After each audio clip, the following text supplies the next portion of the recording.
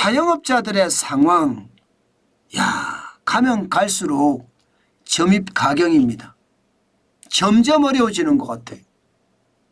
이게 회복의 기미가 전혀 보이지 않는 것 같습니다. 이거 한번 보세요. 김밥집 사장님이 부채가 얼마나 증가했는지를 나타내주는 이야기인데,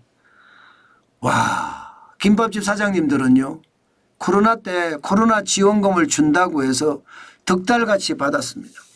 받을 수밖에 없으니까. 그 당시에 2천만 원까지 대출을 해준다고 하니까 뭐 대출 갚는 게 좋겠다. 대출 받는 게 좋겠다. 그래서 코로나 기간을 어떻게 하든 버티자 이렇게 이야기했거든요.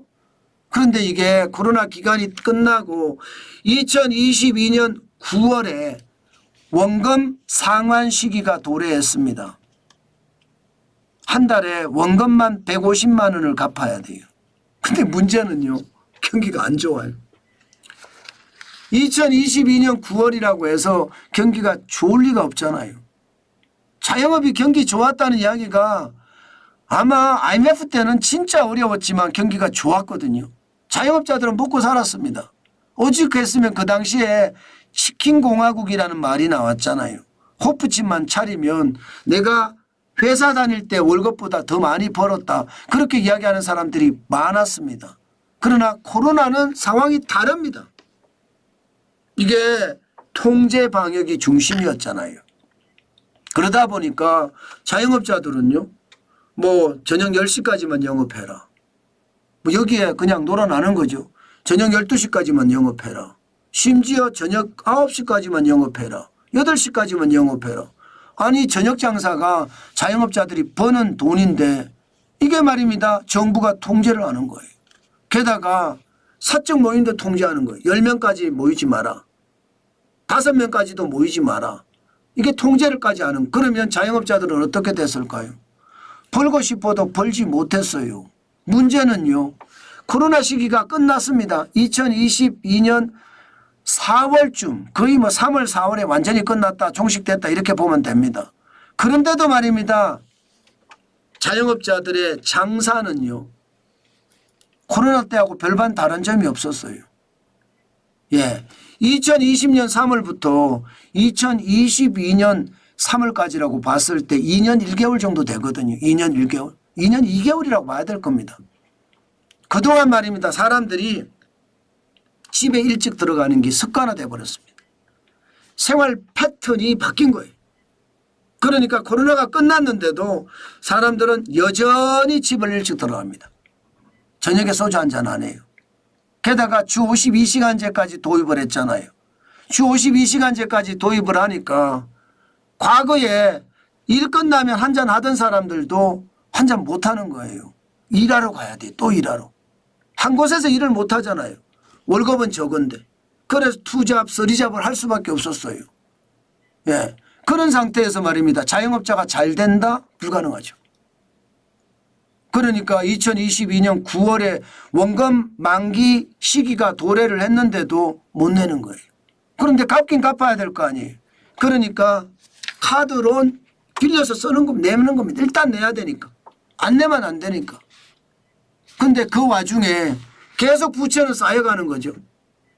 그래서 말입니다. 현재 부채가 8천만 원이에요. 8천만 원. 김밥집 사장님의 부채가.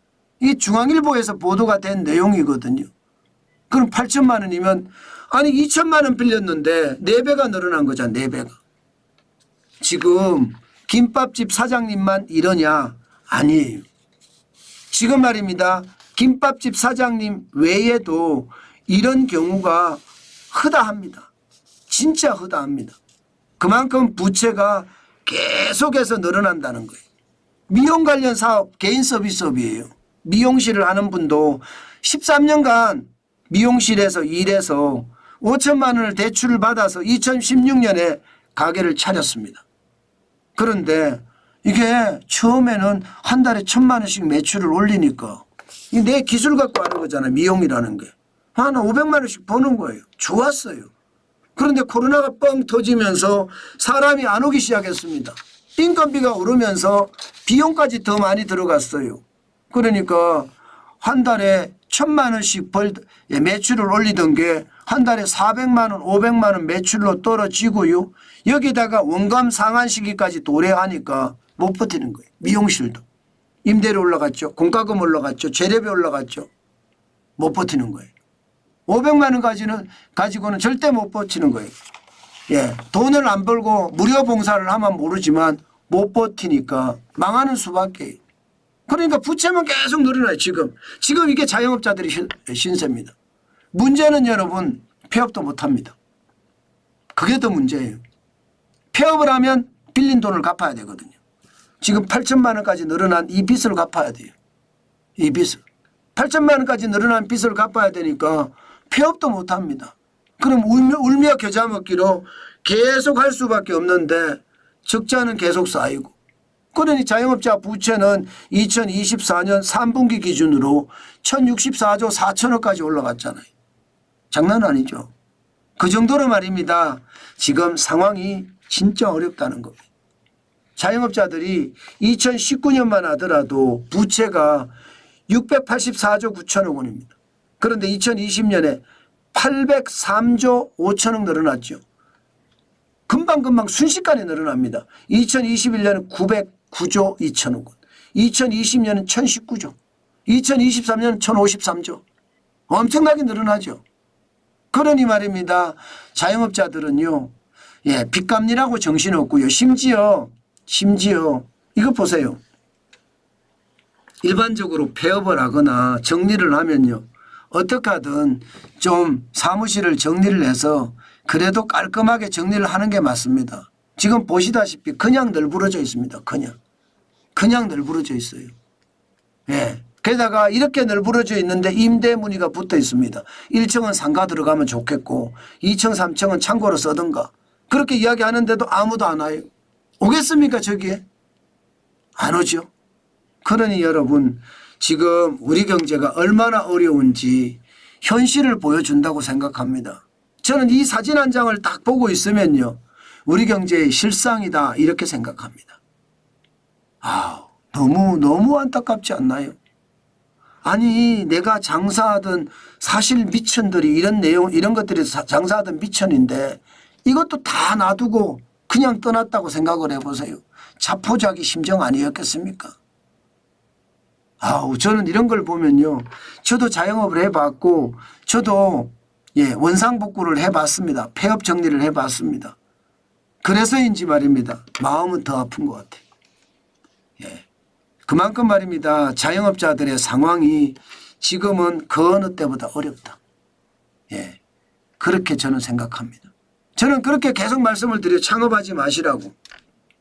게다가 이게 참 어쩔 수 없이 폐업을 못하는 분들이 어쩔 수 없지만 적자가 심하게 나면 이게 적자가 심하게 나면 부채가 많이 쌓이잖아요. 부채가 많이 쌓이면 버티지 마시라. 제가 그 말씀도 드립니다. 그 말씀도. 그래도 적자는 나지 않아야 되는데 적자까지 나면 버티는 것은 안 됩니다. 저는 여러분 계속 말씀드리는 게 움직이시라고 말씀드려요. 그러면 승부수 있습니다. 저도 움직이거든요. 여러분들도 움직이십시오. 그러면 최악의 상태에서는 빠져나올 수 있겠다. 저는 오늘 그 말 마지막으로 드립니다.